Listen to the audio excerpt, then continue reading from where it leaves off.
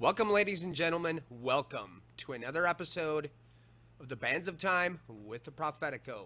Hello, Matthew. We got you with us. You sure do, Brian. You sure do.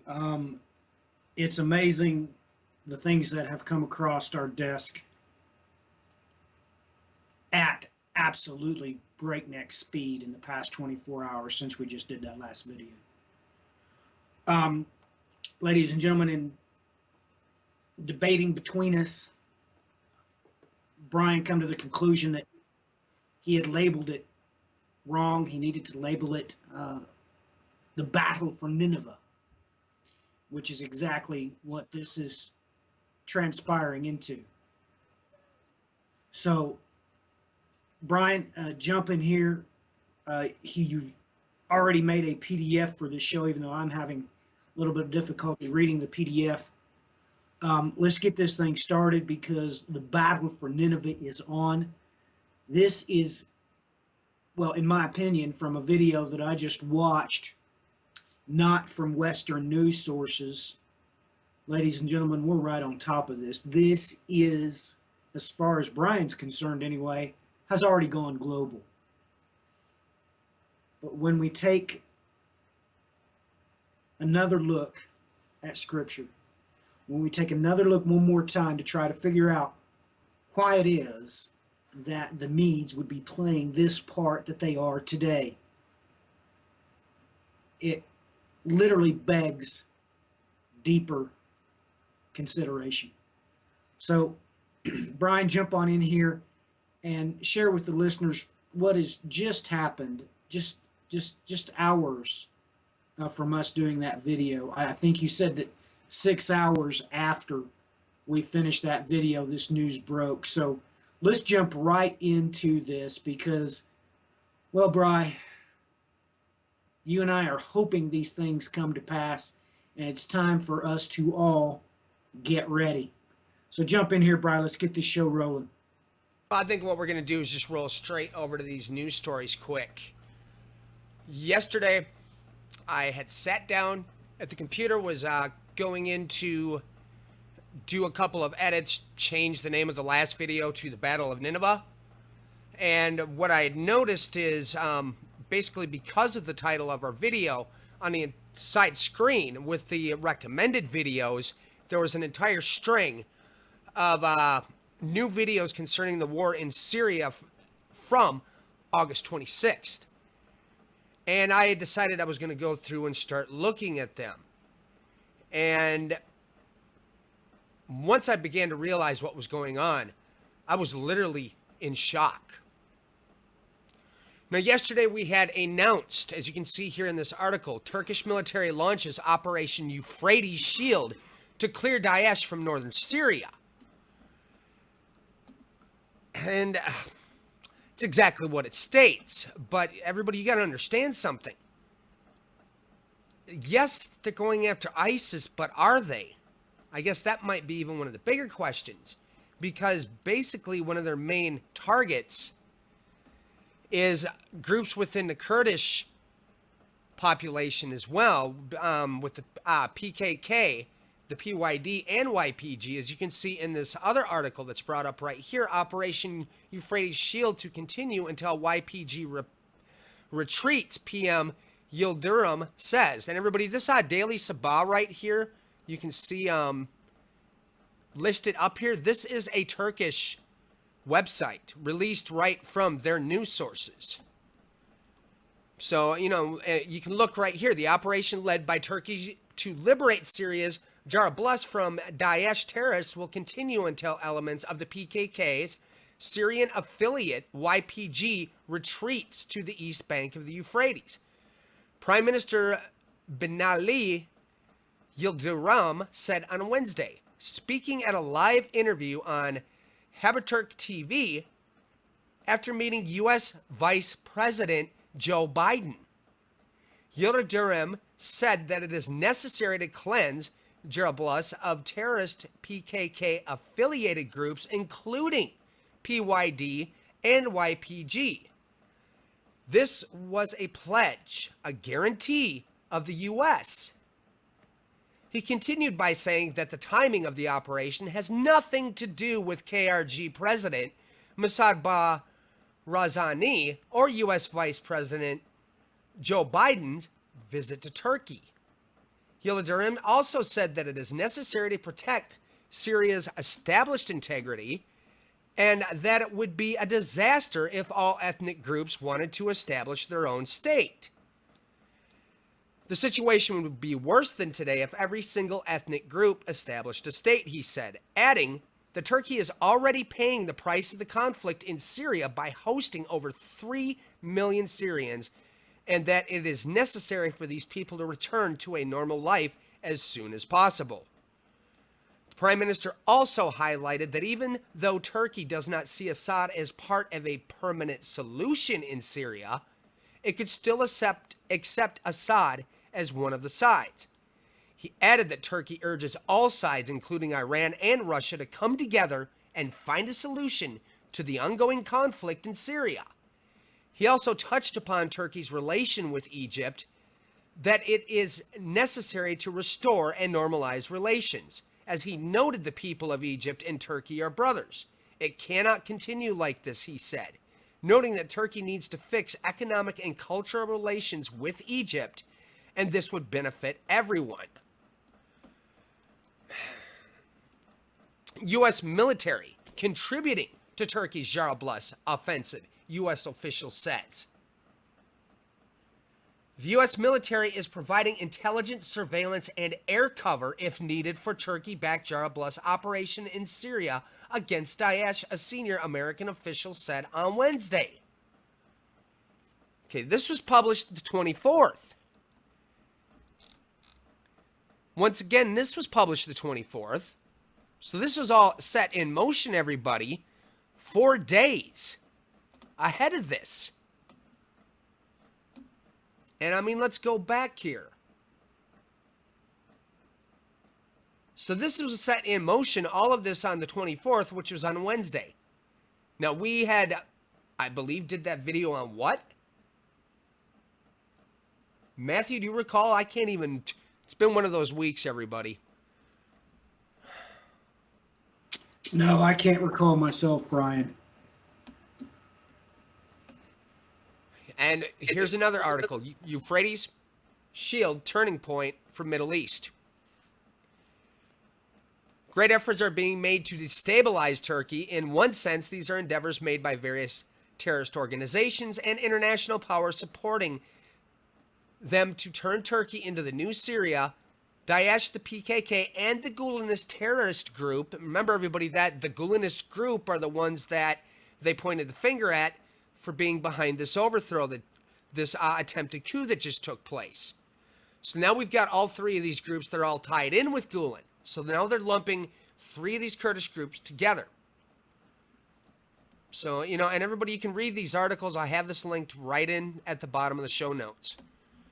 Another one, Turkey's Operation Euphrates Shield is a message to the Kurds. This goes into the exact same details as all the rest of them. And as a matter of fact, every one of these spots on here, you can follow the links in the article to do what I do always and check to make sure that there's backed sources. And they're all backed, everyone. Operation Euphrates Shield ends ISIL rule in Jarablus. 25th August. 12:31. This operation was going on at the exact same time the Pergamash were in the middle of liberating this portion of Mosul the other day. So at the same time, we had all these things rolling in action together. This is yesterday this was released. U.S. asks for full coordination between KRG and Baghdad in Mosul. So now in the Kurdistan region, Erbil, which we just talked about in the last video, that was the point of the last video, was to show everybody what ancient Erbil was. And is today, as a matter of fact. Erbil and Baghdad should have full coordination with each other and the international coalition in the battle for Mosul. urged an American senator during a visit to the Kurdistan region. The Kurdistan Regional Government President Premier Najib Barzani received a U.S. delegation headed by Texas Senator John Cornyn on Friday. The upcoming Battle of Mosul, an anticipated wave of internally displaced persons, IDPs, and relations between Erbil and Baghdad were the main topics of the meeting. U.S. Senator Cornyn has expressed American appreciation and thanked the Kurdish people and the KRG for receiving and hosting a high number of refugees and IDPs that fled from ISIS and the KRG's provision of necessary servicing for them, read a statement issued by the KRG after the meeting. And remember, everybody, we had talked about that they had basically opened the doors to help the people that were fleeing. And unfortunately, in the last couple of days, that seems to have taken a turn in a not so good direction as well, because economically now they cannot help anybody else out in this situation here. Nonetheless, let's see here. Koman asked the KRG to have a full coordination with Baghdad and the coalition in the Mosul battle. He stated that all parties should consider the concern of the people of Mosul and the Sunnis after the defeat of ISIS in the city. It is necessary to have full coordination between Baghdad, the KRG, and the coalition, and to take right into account concerns of the Mosul people and Sunnis. The rights of all should be protected, Cornyn said in the meeting. He repeated U.S. support for the KRG in hosting new IDPs from Mosul. He has expressed his support for the KRG as a high number of IDPs are expected to flee to the Kurdistan region during the liberation of Mosul. The international community will provide more support for the Kurdistan region, according to the statement. The Prime Minister Barzani welcomed the senator's visit and comments and said the Kurdistan region always tried to receive and help IDPs, but the Kurdistan region's capacity is limited. Therefore, the international community, especially the U.S., should provide needed support. Barzani also extends his thanks to the United States and all coalition members who, from the beginning of the war on ISIS, have provided military support for the Kurdistan region. Addressing the KRG's relation with Iraq, Barzani said that the KRG is ready via dialogue to solve all the problems with Baghdad, and militarily soon we will have a meeting between both sides and have more collaboration. But there should be a full clarity on the political, security, social, construction, and humanitarian situations in Mosul, he added.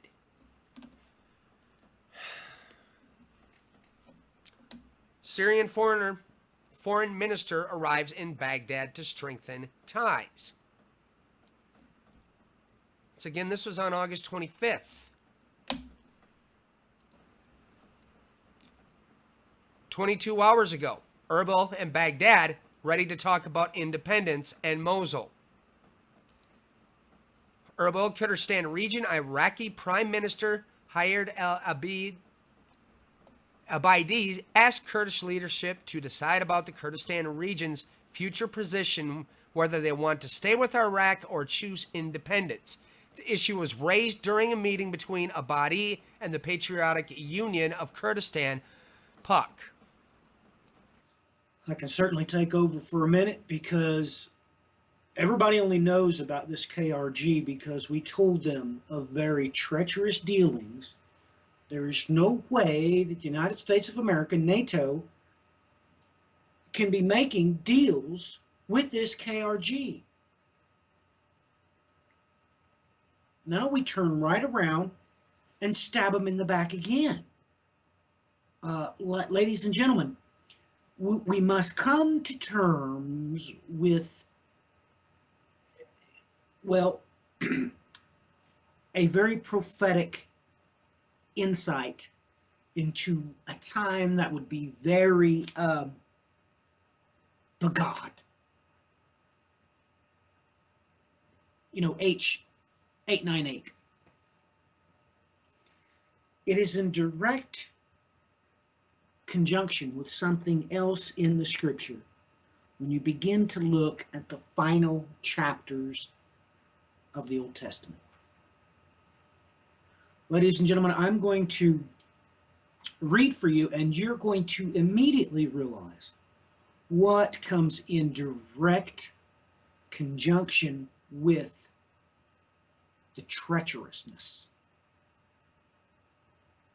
It's always been here. It's just that I have not brought it to your attention personally.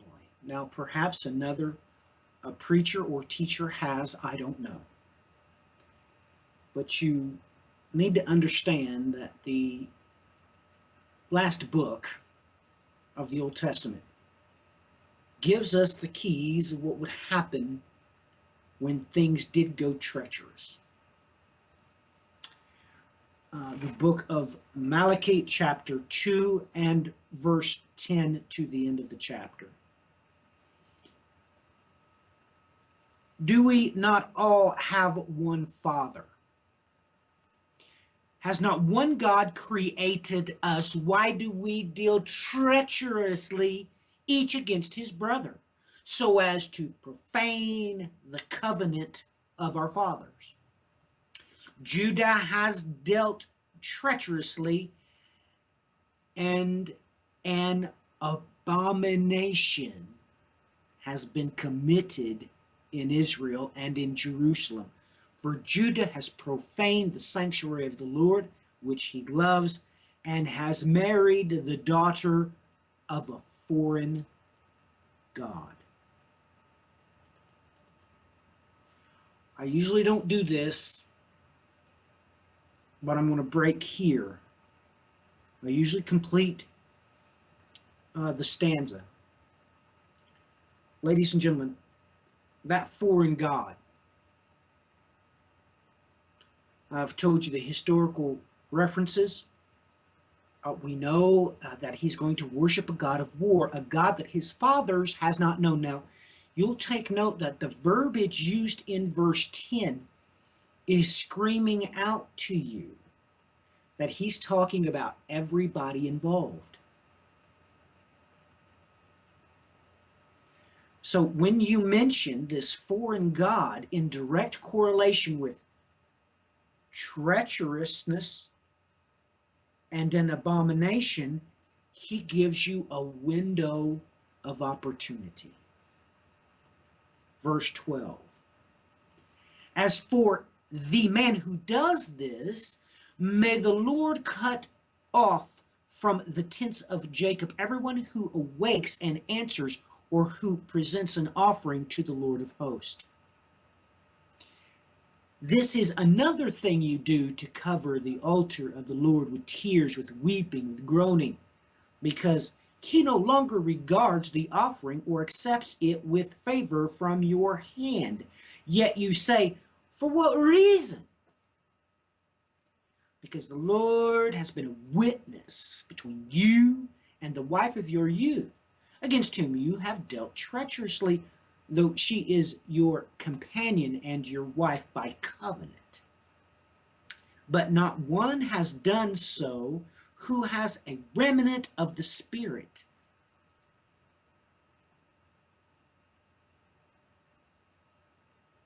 Ladies and gentlemen, did you just hear what the Lord your God said in the book of Malachi? Let me read that one more time. But no one has done so who has a remnant of the Spirit. And what did that one do while he was seeking a godly offering? Take heed then to your spirit, and let no one deal treacherously against the wife of your youth. For I hate divorce, says the Lord, the God of Israel, and him who covers his garment with wrong, says the Lord of hosts. So take heed to your spirit that you do not deal treacherously. You have wearied the Lord with your words, yet you say, how have we wearied him? That you say Everyone who does evil is good in the sight of the Lord, and he delights in them. Or, where is the God of justice? You'll take note that that last verse, verse 17, and all the other references to the Spirit, ladies and gentlemen, he can only be talking about today. You see, those in the Old Testament didn't have the Holy Spirit. And they never would have ever said these things. No, this is only what Christians say. This is only what Christians say. That you can break both the law and the testimony and still go to heaven. Because once you're saved, you're always saved. No Jew believes that. Never did. So when we looked at the direct references in these verses to time and to when things would get very treacherous, you'll take note that this is in league with an abomination that's coming. So all of this treachery, it was time for me to talk about this. If you don't know all the verses in direct relation to when the Assyrian, the false prophet, is going to be dealing treacherously, if you don't realize that's the exact same point in time, he is thinking these thoughts because he is thinking of the end goal. The end goal was just told to you in the 2nd chapter of Malachi. It's told you right off the bat what his end game is in verse 10. I'll read it again. Do we not all have one Father? So one God created us. Why do we deal treacherously against his brother so as to profane the covenant of our fathers? Judah has dealt treacherously, and an abomination has been committed in Israel and Jerusalem. For Judah has profaned the sanctuary of the Lord, which he loves, and has married the daughter of a foreign god.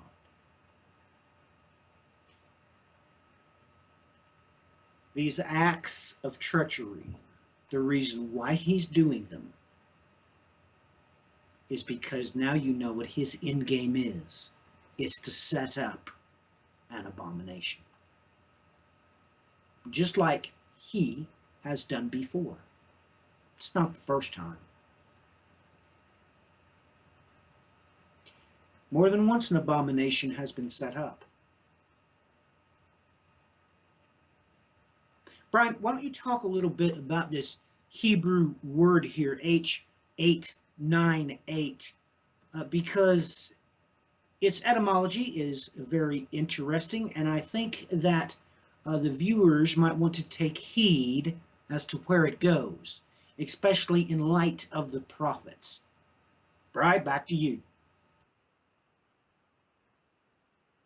Word that we see here, in English we've got it right here in 21 verse 2. As you can see, we got treacherous man, dealeth treacherously. But it's rather interesting when you actually take a look at it in the Hebrew, which I have highlighted right here. Pronunciation of this, haboged, boged, as you can see here, the pronunciation, B-A-W-G-A-D, to cover with a garment, to act covertly, to pillage, to deal deceitfully, treacherously, unfaithfully, offend, transgress, depart, treacherous, dealer, unfaithful is how it can be rendered in the King James here. But check out this etymology from the word Baghdad, as in the city of Baghdad, as in the city where everything sort of went down that led to the formation of the Islamic State of Iraq and Syria. Remember, everybody, a little while back, you might want to go over to my website if you haven't seen it yet, because I made a little video, and I took what Psalms 83 literally tells us in the Hebrew about the hidden man behind the scenes, who they refer to as, well, he wasn't the quote-unquote, he wasn't the chief leader, he was the second leader, but strangely enough, nothing was done without his permission, and he gave all the orders. And they quite literally, they show him standing in the shadows. Nobody knows who this guy is. Nobody's barely seen him. We refer to him because he doesn't speak in the Islamic lingo. He's not Islamic. He's pan-Arabic. Now stop the bus, everybody. Where did I say all this took place? Oh, that's right. Baghdad.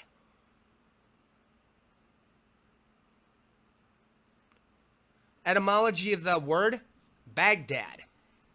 Pre-Islamic, the site where the city of Baghdad came to stand has been populated for millennia, and by the 8th century AD, several Assyrian Christian villages had developed there, including a Persian hamlet called Baghdad.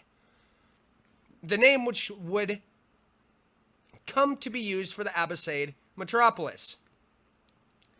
The name is of Indo-European origin and a Middle Persian compound of Bag, God, and Dad, given by, translating to bestowed by God or God's gift. In Old Persian, the first element can be traced to Bogu and is related to the Slavic Bog or God, while the second can be traced to Dadati, a similar term in Middle Persian in the name Mithradat or Muradat in New Persian, known in English by its Hellenistic form Mithridates. Giving gifts of Mithra, dot is the more archaic form of dad related to Latin dat and English donar. There are a number of other locations in the wider region whose names are compounds of the word ba, including Baglan, Bagram in Afghanistan, or a village called Bagsan in Iran. The name has been used as Bagadadu on Assyrian cuneiform and Babylonian records going back to at least 2000 BC. Baghdad as a name has been mentioned as Bagahadu on the Assyrian cuneiform records in the 9th century BC, and the Babylonian bricks bearing the royal seal of King Nebuchadnezzar were found in the Tigris. An inscription by Nebuchadnezzar describes how he rebuilt the old Babylonian town of Baghdadu. When the Abbasid Caliph al-Mansur founded a completely new city for its capital, he chose the name Madinat al-Salim, or City of Peace. This was the official name on coins, weights, and other official usage, although the common people continued to use the old name. By the 11th century, Baghdad became almost the exclusive name for the world-renowned metropolis. Matthew, in light of the private discussion we just had, is this not taking on a whole much larger? Yes. Pray for the peace. Yes, it is, considering that the etymology for this city is treacherous indeed.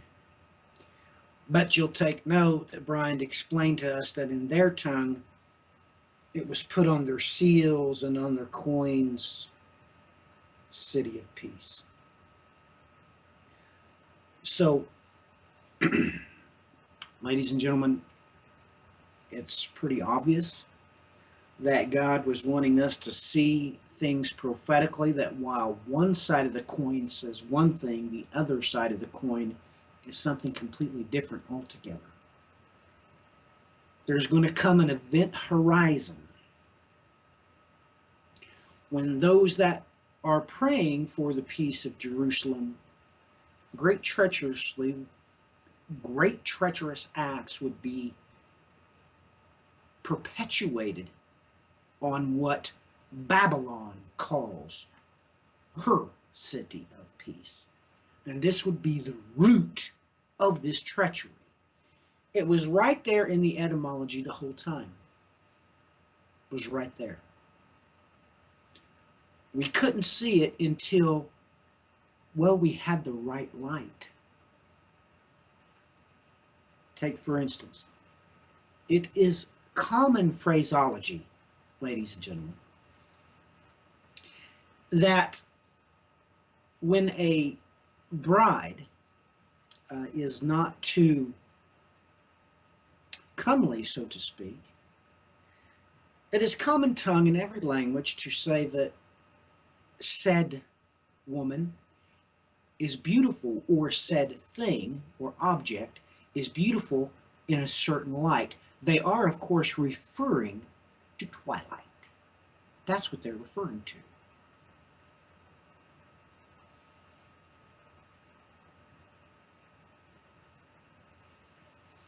With that in mind,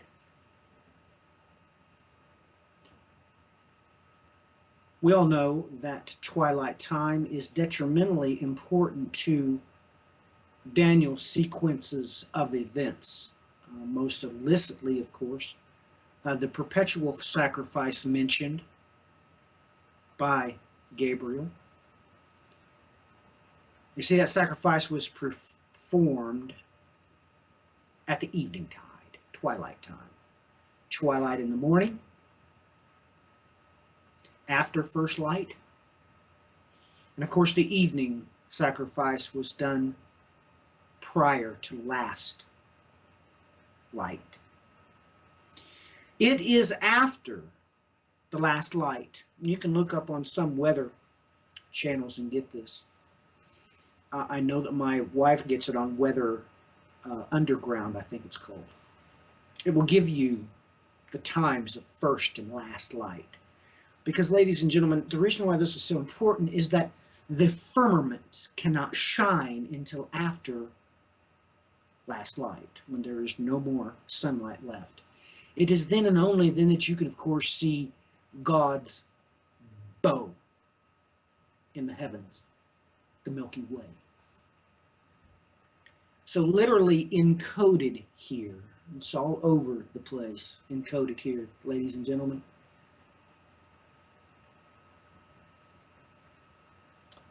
Those that would shine like the firmament would know exactly when to look for such things.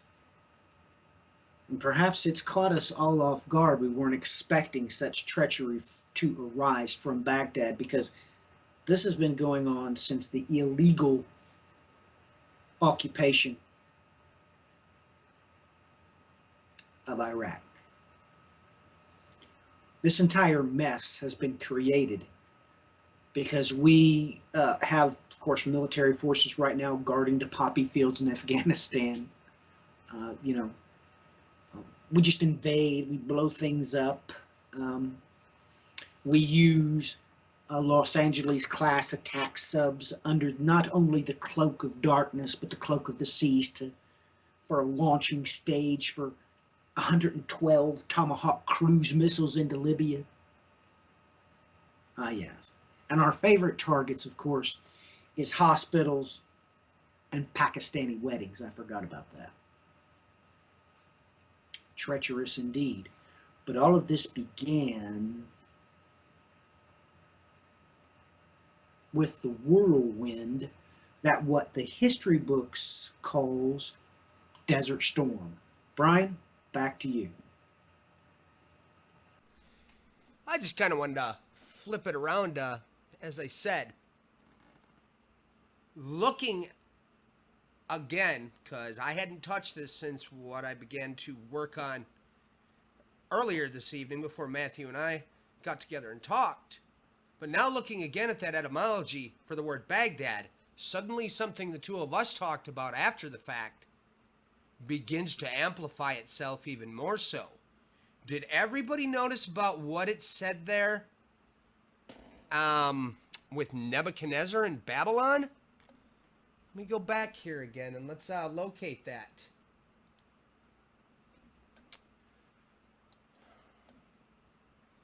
We have it right in here. In the Assyrian cuneiform, but the records of the 9th century BC and Babylonian bricks bearing the royal seal of King Nebuchadnezzar of the 6th century BC were found in the Tigris. Inscription by Nebuchadnezzar 600 BC describes how he rebuilt the old Babylonian town of Baghdad. Considering that we've got Nebuchadnezzar all wrapped up in this, Matthew and I were talking about this before we decided to hit the record button.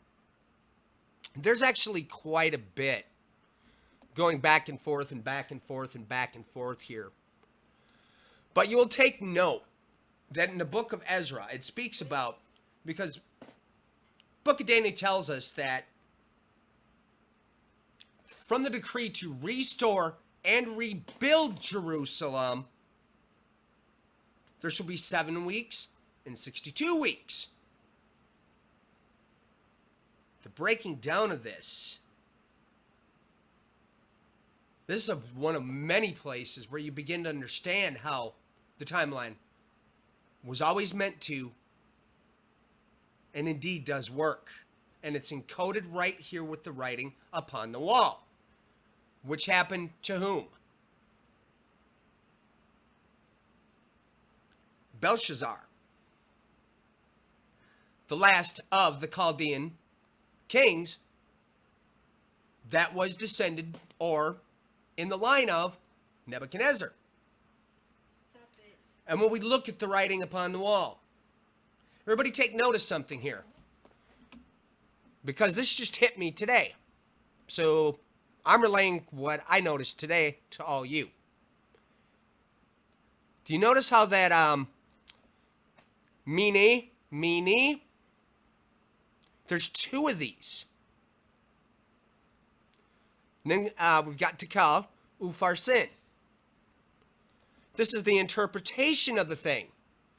God has numbered your kingdom and finished it. Let me point something out here real quickly, everybody. Mina breaks down to meaning 50 shekels. So you have 2 measures, 2 separate measures of 50 shekels each. Tekel, you are weighed in the balances and found wanting. A balance has a pivot point, everybody. If you look at a scale and see it in your mind, you can quite literally understand what's being said here.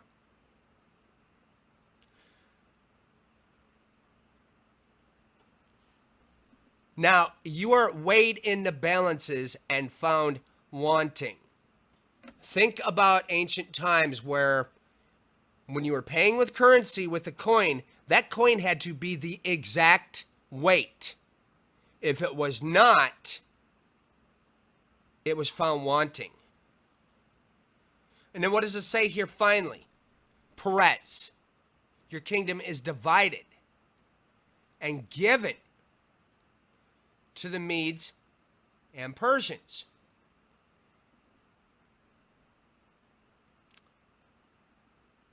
That very night, the last king of the Chaldeans was slain. Darius the Mede took the kingdom. Everybody notice what this says here? Being about 62 years old. He was 62 years old.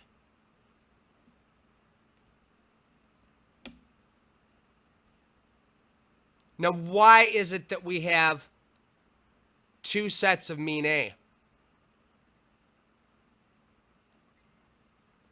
We have a false balance, or we have a false weight that has been weighed from one of these from these shekels.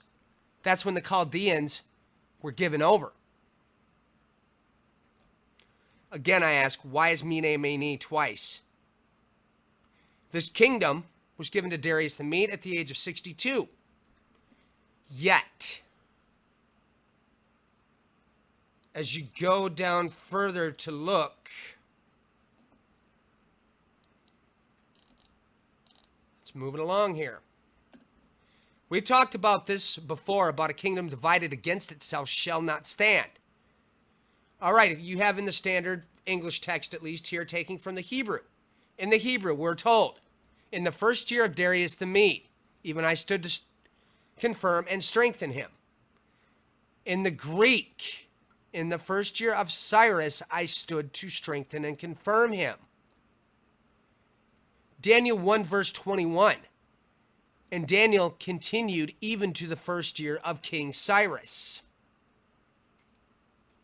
You've been told something right here. Combine these three now. When did this all happen? The beginning of Daniel 9. It tells you exactly when Daniel began to fast and pray, knowing that the 70 weeks of captivity had been fulfilled. This is at the time of Darius the Mede. So we know on top of it, via extrapolation, through the weaving together of the Hebrew and Greek, it was also the same thing as the first year of Cyrus the Great. Let us consider again, why do we have two menes? We talked about this in the kingdom divided against itself shall not stand. All right, everybody. Take these two menes. Turn them into the balances that you're going to weigh with. Take the balance. Put it in the middle. And then we had the kingdom of Cyrus, which was rather short-lived, everybody. Between his two sons, that kingdom was overthrown and taken away by another Darius. That'd be Darius I, or as we would commonly know him as Darius the Great. Yet here's the thing. There was a reason he took that name Achaemenid, Achaemenes. He was telling you, I'm the other side of the balance, the one that's falling lower than the proper weight.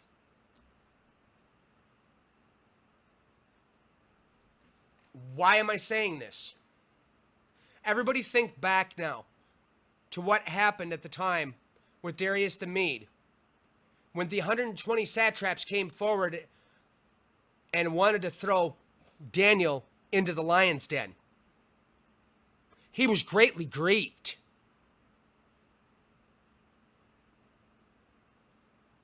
Why could that be? It's full well apparent that he loved Daniel.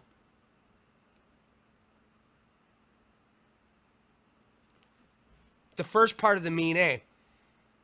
This is why we are seeing something happening with two separate factions within the Kurdish people as we speak. Now remember how we talked about a little help in the last episode. There's something going on with these Peshmerga that are the Kurdish people that are living in this modern day Erbil. Okay, I just read to you from the news story that was talking about this place that was set aside to help the people that had been fleeing from ISIS. And we relayed to you last week the different mixes of the people that are within that. You have some of the Christian Assyrians, you have some of the Yazidi that are still alive, you have some of the Arabic Islamic people that are there as well, that have all come under their protection.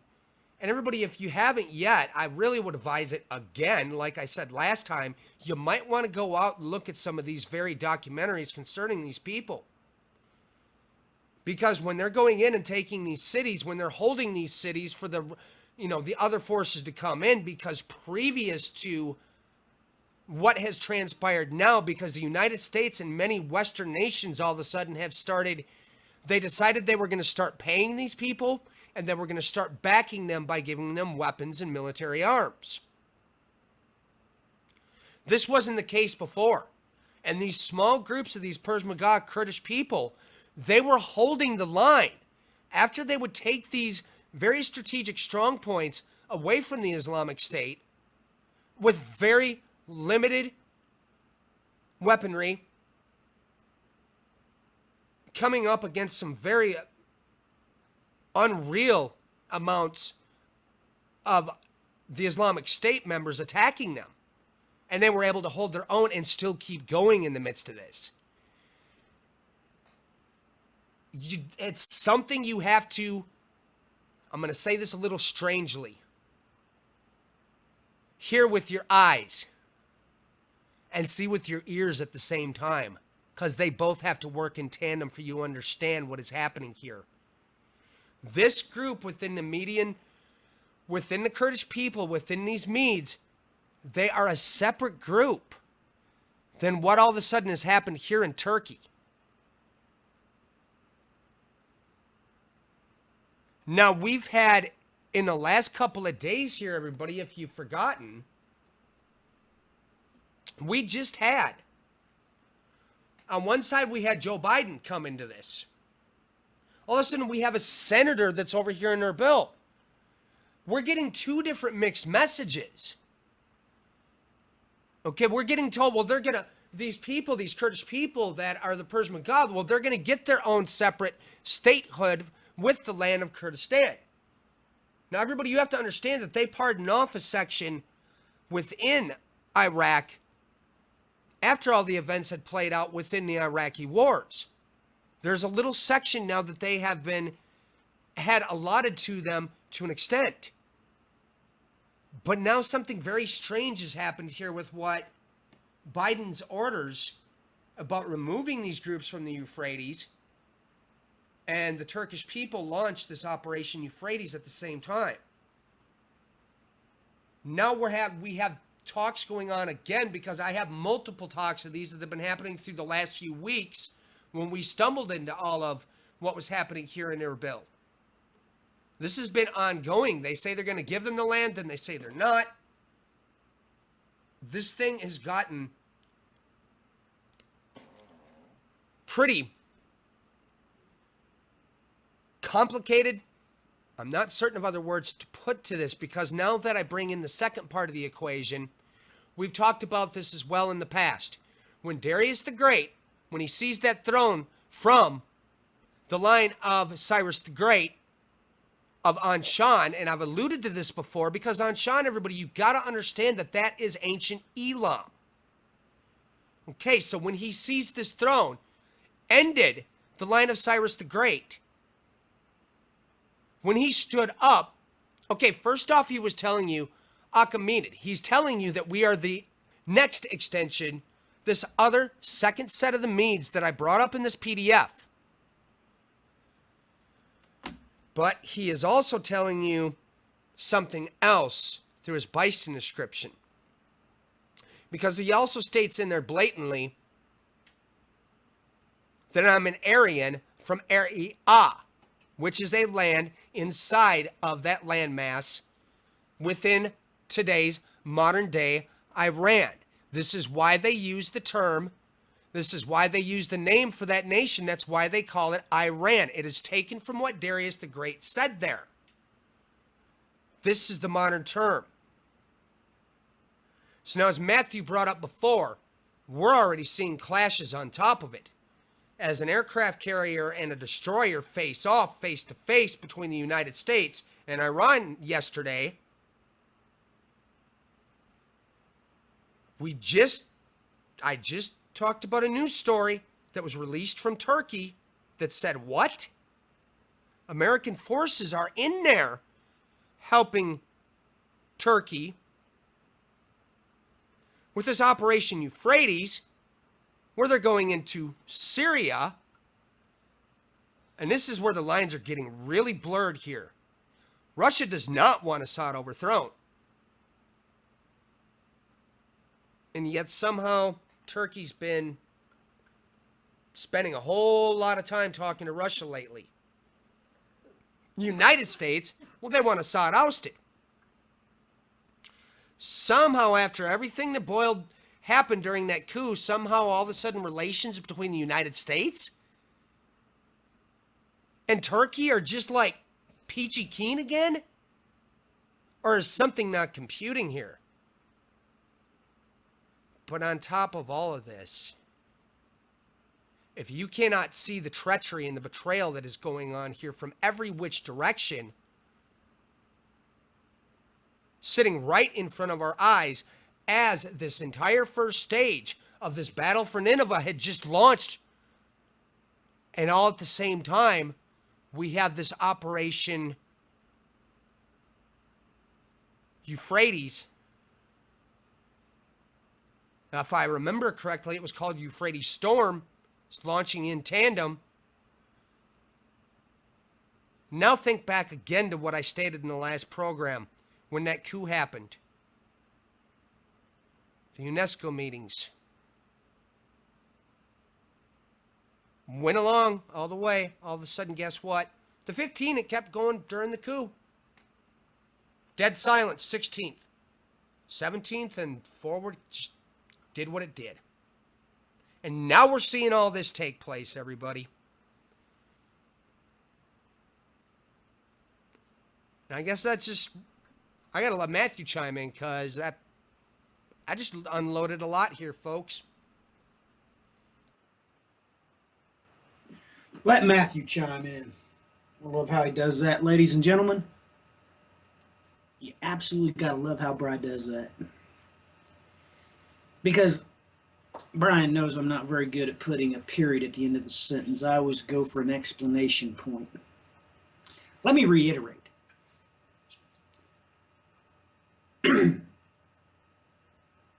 Russia is pro-Assad.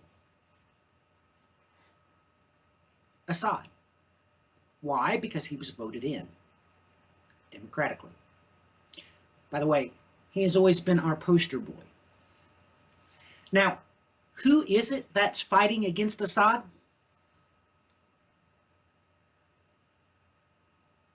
ISIS. Okay, so if you're not pro-Assad, you're pro-ISIS. Do you not understand what I'm saying? You need to shut off all your Western news sources. Let me say that one more time. If you are not pro-Assad, you're pro-ISIS. That's who Assad's fighting against. Now, of course we have to be helping Turkey. They're in NATO. How many times do I have to say that? How can we be making deals with the Kurdish people? They're anti-Assad. So really we've got three things at play here that people is just not realizing what's going on. You understand that the Medes know full well that Assad's not going around murdering people. That's why the Kurdish people are not fighting against the Syrian army.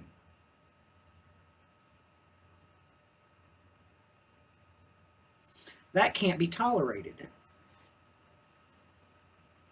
Turkey wants it. He wants that portion of Syria. So you've been lied to. I mean, if you can't figure this out, I don't know how to help you. The Medes are on the ground, and whether they liked Assad or not is beside the point. Assad was never going around randomly butchering people, especially children. No, that's ISIS. We have three parties at play here. But look, this always remains true. The enemy of my enemy is my friend.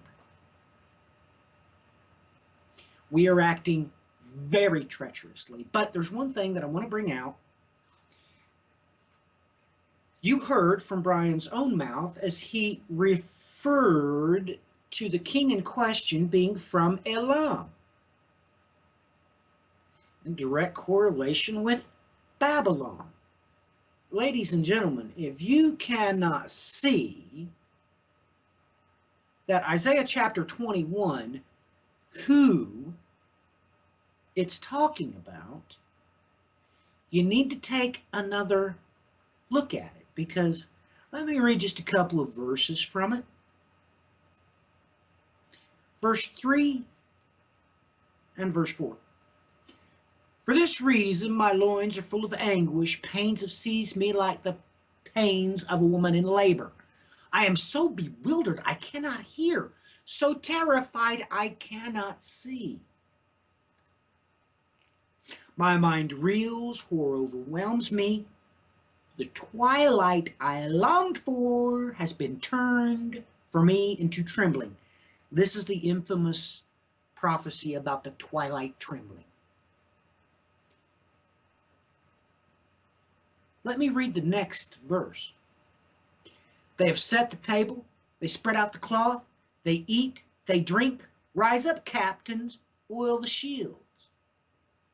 For thus says the Lord to me, go station a lookout, let him report what he sees. Ladies and gentlemen, if you can't see that this is prophetically referring to what happened to Daniel as he was in the lion's den, and the great consternation that was going on with the king at the time, well, I feel for you. I feel for you. And you'll take note, everything that was put here has been put here for a reason. Let me back up. Let me read this in inversion style. Let me back up to verse 2. A harsh vision has been shown to me. The treacherous one deals treacherously, and the destroyer still destroys. Go up, Elam, lay siege, Media. I have made an end of all the groaning she has caused. Now let's back up another one to verse 1. The oracle concerning the wilderness of the sea as the windstorms and the Negev sweep on, it comes from the wilderness, from a terrifying land.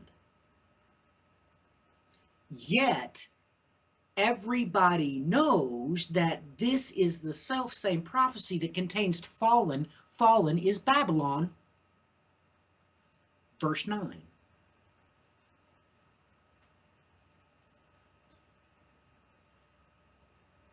Getting back to this time when those that would shine like the firmament.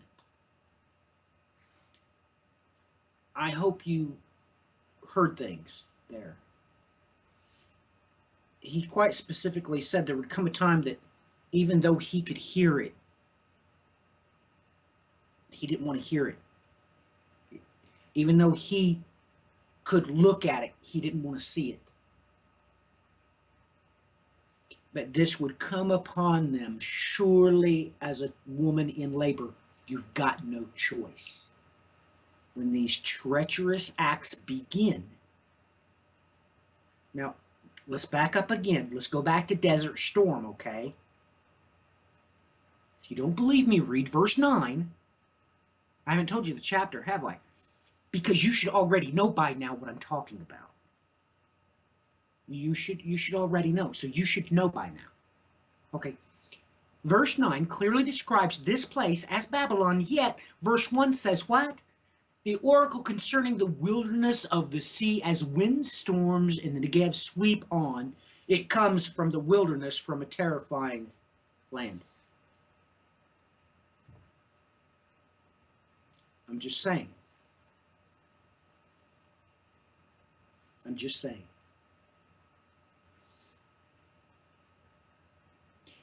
It kind of makes you wonder where they came up with that military operation, Desert Storm.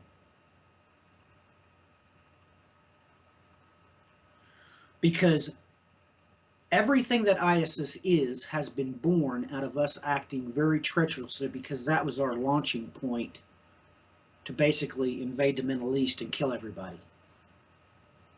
We're not. Ladies and gentlemen, let me ask you something. In a lawful environment, did Senate and Congress declare war on Afghanistan?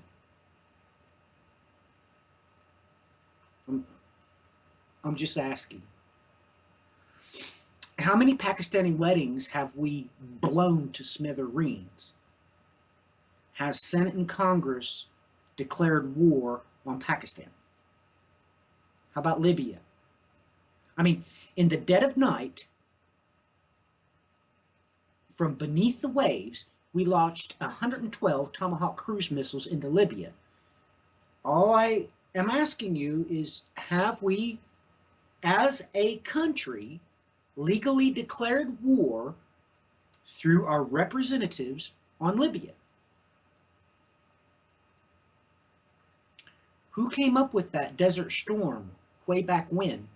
Because Baghdad has been the root of the treachery that has spawned ISIS. What I'm telling you is true. Bri, back to you. Well, I was just going to point out. Well, I was in the military at the time of Desert Shield, Desert Storm, and actually, let me get this back up again here.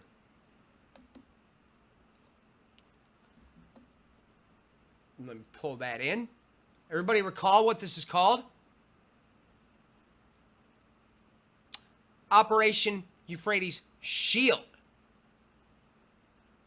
Matthew just brought up Desert Storm. Okay, everybody, what did I just say? Leading up to the point of January 16th of 1991, the moment that the United States came in from the air and started dropping bombs, previous to this, it was named Operation Desert Shield. Now we're seeing in Turkey, they've launched Operation Euphrates Shield. Now, who is helping in this operation? Oh, that's right. U.S. military contributing to Turkey's Cerablus's offensive, U.S. official says. I think we kind of come back right around to Right. a twofold equation. Well, yeah, because I already read it in verse 5. They set the table. Okay, here, let me read it again for you. Verse 5. They set the table, they spread out the cloth, they eat, they drink, rise up captains, oil the shields. So I thought I made myself perfectly plain, but perhaps I didn't make my point too clear. This is a dual-edged sword. It was always in this chapter that the desert or Euphrates, the shield comes first. They sat down for this great feast with orders to oil the shields before the storm takes off. So here, we already have historical proof of what their intentions are.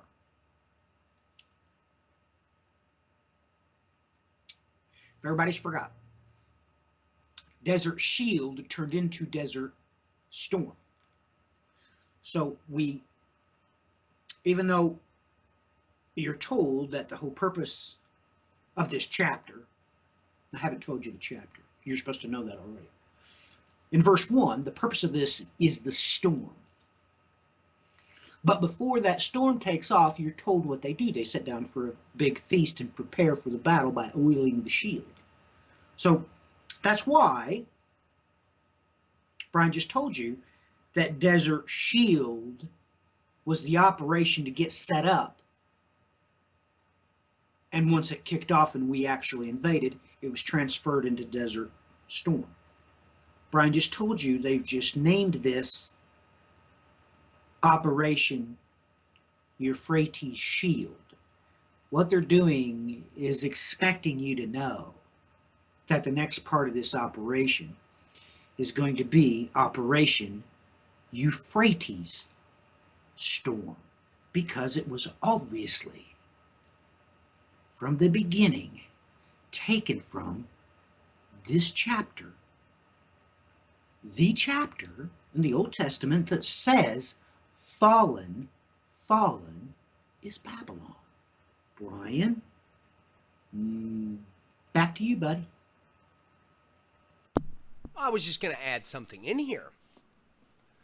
You know, now, while I was in the military, during the time of Desert Shield, there's a lot of us that were talking, a lot of us military folk, having little private discussions, as many had realized the implications of what was happening with Iraq and how it directly was connected to the end of time, the end day prophecies leading up to where we're sitting now. Brian, can I interject? Of course. I'm stepping out. I'm stepping out. I have said what I could say. Do you understand me? I have said what I could say. You're going to finish. So I'm muting, and ladies and gentlemen, God bless and Godspeed. I've showed my face for the last time in this broadcast. I've said what I came to say. Riddle me, ladies and gentlemen. Have you? Brian, finish it out. That's where I was going to wrap her up, too. Take it right back around to, and I'm going to ask everybody, are you capable of seeing the writing upon the wall? I mean, this is really what we're looking at, folks. What did they say when they invaded Iraq both times? Does everybody remember about when it happened after 2001? When they went in there and they were talking about Babylon over and over and over again? What does it say right here again? What did we just talk about with the Chaldean Empire, with its last king, Belshazzar? I hope everybody is seeing the writing upon the wall, folks, because look, this has just become treacherous right in front of our very eyes. Good night, everyone. God bless.